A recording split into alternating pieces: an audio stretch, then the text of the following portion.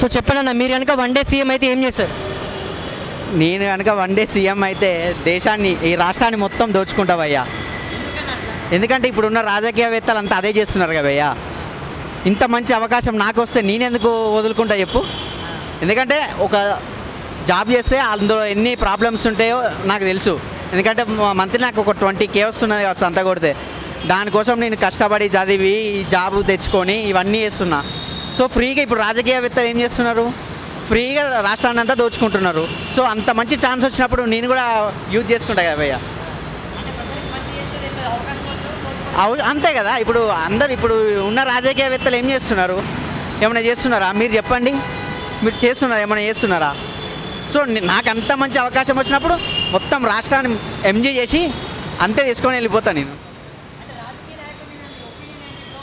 ఏమున్నదో అంతా దొంగలు, మొత్తం దొంగలు, అంతా దేశాన్ని అంతా ఆగం చేస్తున్నారు. ఎవ్వరికి కొంచెం హెల్పింగ్ నేచర్ అనేది లేదు.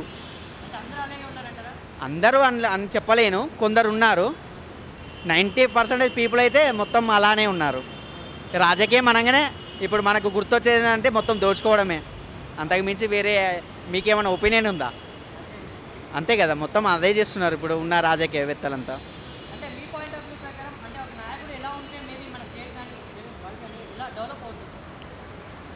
ఒక మన రాష్ట్రమైనా మన స్టేట్ అయినా మన కంట్రీ అయినా ఏదైనా ఒకటి డెవలప్ కావాలంటే రాజకీయవేత్త అనేవాడు హానెస్ట్గా ఉండాలి, నిజాయితీగా ఉండాలి.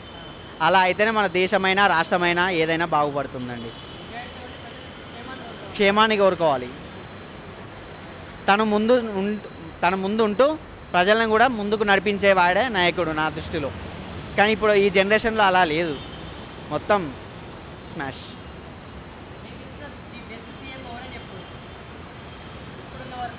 ఇప్పటి వరకు నేను చూసిన వాటిలో నా ఒపీనియన్ అయితే నాకైతే కేసీఆర్ అనిపించారు. ఎందుకంటే ఇంతకుముందు అండ్ ఇప్పుడు ప్రజెంట్ సిచ్యువేషన్ కూడా నేను చూస్తున్నాను. ఎంతో కొంత సహాయం చేసి ప్రజల్ని ఆదుకున్నాడంటే కేసీఆర్ గారే.